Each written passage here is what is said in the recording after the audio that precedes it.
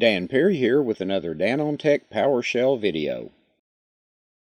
If you're writing PowerShell scripts, there's another tool that you could use for that, and that is Visual Studio Code.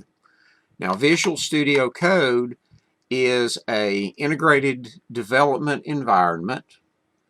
It allows you to write software, and it works with a number of different languages. It is a cousin to Microsoft's Visual Studio. It is completely free. If you go to code.visualstudio.com, you can then download it, and I have already downloaded the Windows version. There is a Mac OS X version and a Linux version. They've got packages for Debian and Red Hat as well, so it is multi-platform. So I've already downloaded it. Again, you can download it from code.visualstudio.com, or just in your favorite search engine, search for Visual Studio Code. Now, once you've downloaded it and installed it, you're not quite ready to go with PowerShell. You have to tell Visual Studio Code what languages you're wanting to use and all. The shortcut to get to where you can install the PowerShell extensions is Control-Shift-X. So Control and Shift and the X key, and it gets you to the extensions. If you just in the search start typing PowerShell,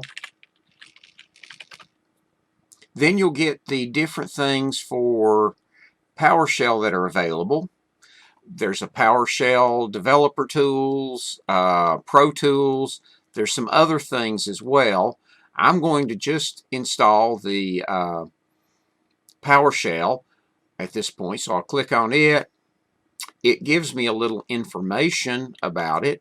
Supports Windows 7 through 10, Linux, Mac OS X, tells what it does, gives you other ways to install, but I can just install by clicking install here, and then I twiddle my thumbs while it installs. And now it appears to have installed. I've got a PowerShell prompt down here at the bottom.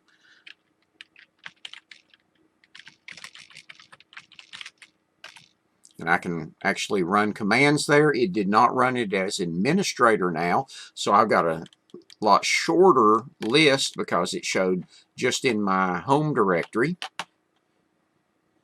I can actually go in and change the theme.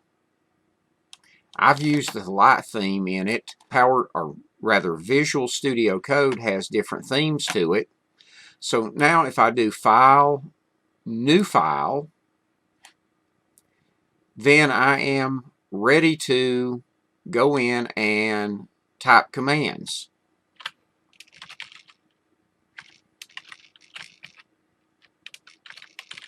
So I can type commands here in Visual Studio Code.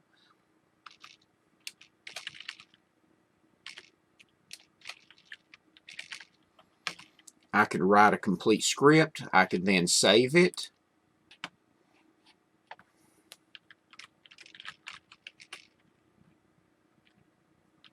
Now, by default, it does plain text. If I do the drop down, it gives me all the different options, different languages and all it supports for an editor. And I think that's actually really nice that it supports all these different languages. I can come over here and pick the PowerShell, and it defaults to PS1, or I could have typed test.ps1. Now I save it. And now I have this PowerShell script that I can run, I can test, I can go in and edit. Now we may look at the Visual Studio Code more later on.